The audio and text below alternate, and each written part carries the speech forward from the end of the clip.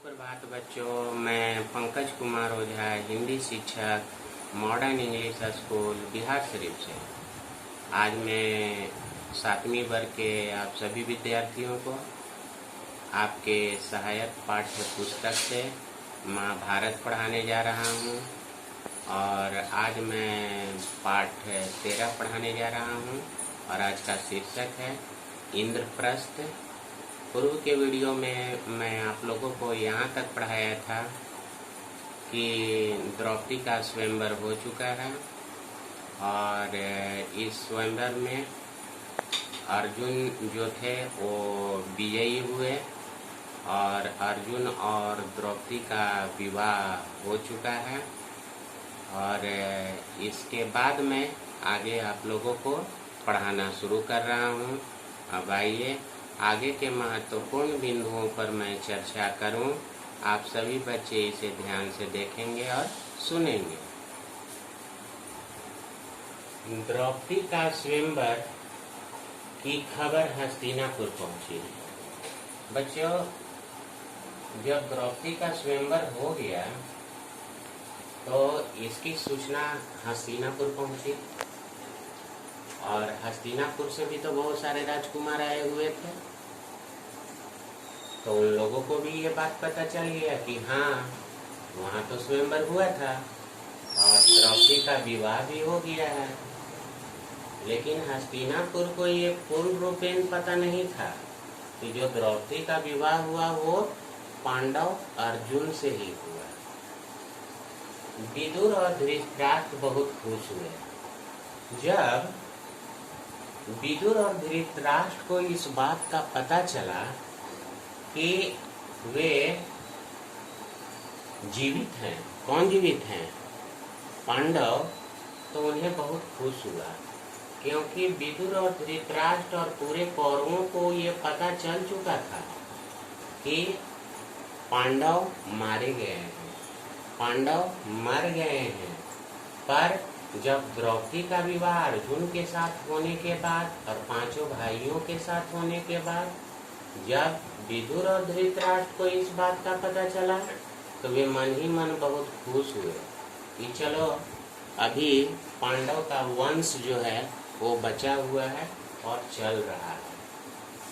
पर दुर्योधन समाचार पाकर बहुत दुखी हुआ। जब दुर्योधन को इस बात का पता चला कि द्रौपदी का जो स्वयंवर था और जो राजकुमार ने धनुष और तीर को चलाकर मछली की आंख को बेधा था वह और कोई नहीं अर्जुन था, और अर्जुन का विवाह द्रौपदी के साथ हो गया। तो यह समाचार पाकर दुर्योधन जो था ना वो बहुत दुखी हुआ। दुर्योधन को बहुत दुख हुआ, इतना दुख हुआ कि कहा नहीं जा सकता। दुर्योधन ने मामा शकुनी को सारा बात बताया। दुर्योधन मामा शकुनी से जा करके और मन की सारी बात को बता दिया। मामा, अब क्या किया जाए? अर्जुन जिंदा है, द्रौपदी से विवाह हो गया, अब हम लोगों को आगे क्या करना चाहिए, है ना? इसके बाद दुर्योधन और कर्ण धृतराष्ट्र के पास पहुंचे। जब मामा से कुछ ऐसा भावात्मक उत्तर नहीं सुन पाया दुर्योधन, तो वह दुर्योधन अपने मित्र कर्ण को लेकर धृतराष्ट्र के पास पहुंचा और धृतराष्ट्र को सारी बातों को बताया कि पिताजी, पांडव जिंदे हैं और वे द्रौपदी से विवाह भी कर लिए हैं और वे कहीं न कहीं हम लोगों के लिए मुसीबत पैदा करेंगे।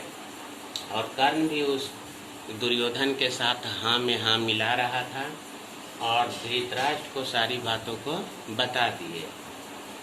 कर्ण दुर्योधन को अपना राय दिया।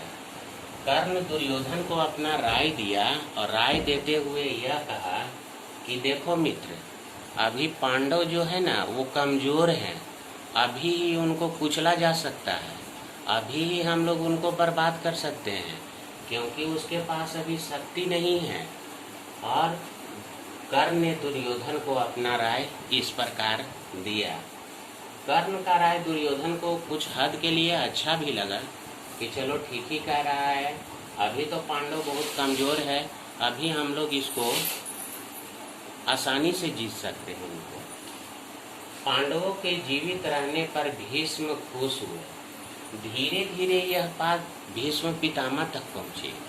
जब भीष्म पितामह को ये बात पता चला कि पांडव अभी जिंदा हैं, अभी मरे नहीं हैं, तो उनको भी बहुत खुशी हुई। और भीष्म जो थे दिलों और जान से पांडवों को चाहते थे, पांडवों को बहुत मानते थे, इसलिए भीष्म जो थे वो बहुत खुश हुए कि चलो पांडव अभी तक तो जिंदा है, चलो बहुत खुशी की बात है। भीष्म आधा राज देने की राय दिए। जब भीष्म पितामह से ये बात पूछा गया, मंत्रणा की गई सभा में, जब भीष्म पितामह से ये पूछा गया कि भीष्म पितामह पांडवों के प्रति आपकी क्या राय है, तो उन्होंने कहा कि पांडव तो आधा हिस्सा का भागीदार है, उसे आधा राज्य दे दिया जाए और आधा राज्य दुर्योधन को दे दिया जाए। तो भीष्म पितामह सर्वसम्मति से पांडवों को आधा राज्य देने के लिए अपनी राय दे दिए। कर्ण की राय पर द्रोणाचार्य भर के, जब भीष्म अपना राय दे रहे थे और द्रोणाचार्य भी भीष्म के बातों में हाँ मिला रहे थे कि हाँ ठीक है, द्रोणाचार्य भी चाहते थे कि आधा राज्य दे दिया जाए, लेकिन कर्ण बीच में बोल पड़ा कि यह अनीति होगा।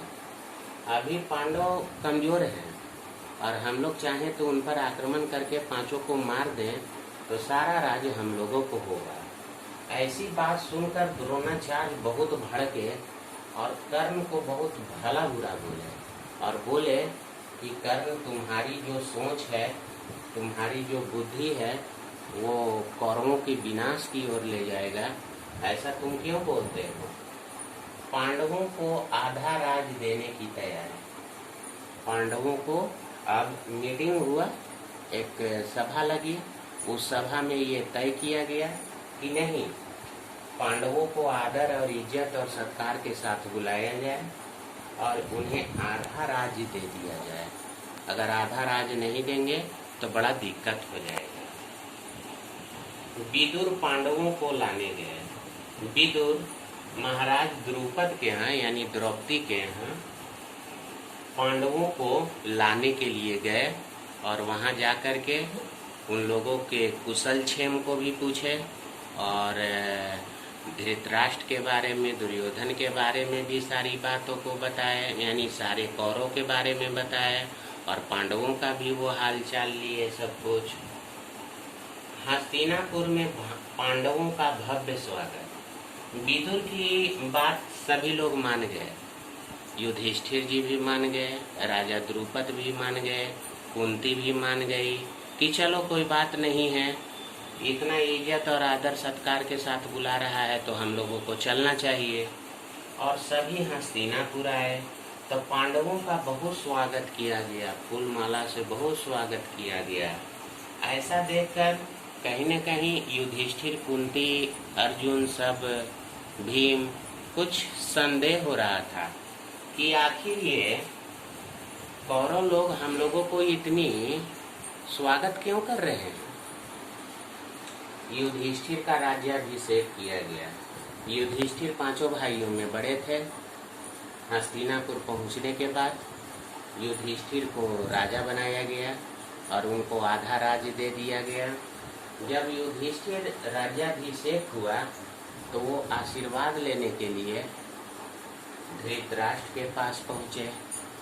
तो धृतराष्ट्र ने उन्हें आशीर्वाद तो पूरा दिया, लेकिन एक बात और धृतराष्ट्र कह दिए। क्या कह दिए? धृतराष्ट्र युधिष्ठिर से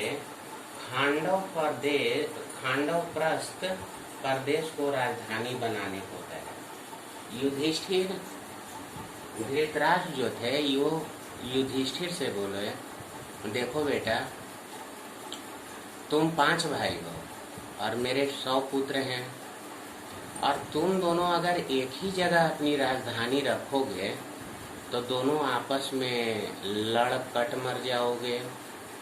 मेरे पुत्र जो हैं वो थोड़े अज्ञानी हैं और मैं चाहता हूँ कि युधिष्ठिर तुम आधा राज तो ले ही लिए हो, पर तुम अपनी राजधानी हस्तिनापुर न रह करके तुम अपनी राजधानी खांडवप्रस्थ प्रदेश में ले जाओ और वहीं से तुम अपने राज्य का संचालन करना।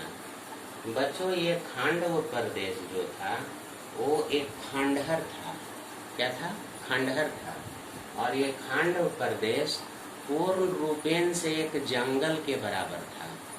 युधिष्ठिर धृतराष्ट्र की बात को मान लिए, बोले आप जैसा कहेंगे मैं वैसा ही सुनूंगा, आप मेरे पिता तुल्य हैं, आप जो कहेंगे मैं वही सुनूंगा। और युधिष्ठिर अपने भाइयों के साथ खांडवप्रस्थ प्रदेश चले गए और वहीं बड़ी मेहनत और लगन उमंग से राजधानी को बनाया। यही खांडवप्रस्थ इंद्रप्रस्थ बना। जानते हो बच्चों, यही टूटा हुआ जो जीर्ण शीर्ण खांडवप्रस्थ था, उसको पांडवों ने बहुत मेहनत से, बहुत लगन से एक ऐसा सुंदर नगर बसाया, इतना सुंदर नगर बनाए कि यही ये नगर इंद्रप्रस्थ के नाम से प्रसिद्ध हुआ और वह हस्तिनापुर से भी बहुत अच्छा लगने लगा। बच्चों, अभी आप लोगों ने इंद्रप्रस्थ के बारे में पूर्ण रूप से आप लोग पढ़ें और विशेष जानकारी अध्ययन किए। इस वीडियो में इतना ही। इस पाठ से संबंधित जो भी प्रश्नोत्तर होंगे मैं अगले वीडियो में लेकर उपस्थित रहूँगा। इस वीडियो को आप लोग ध्यान से देखेंगे।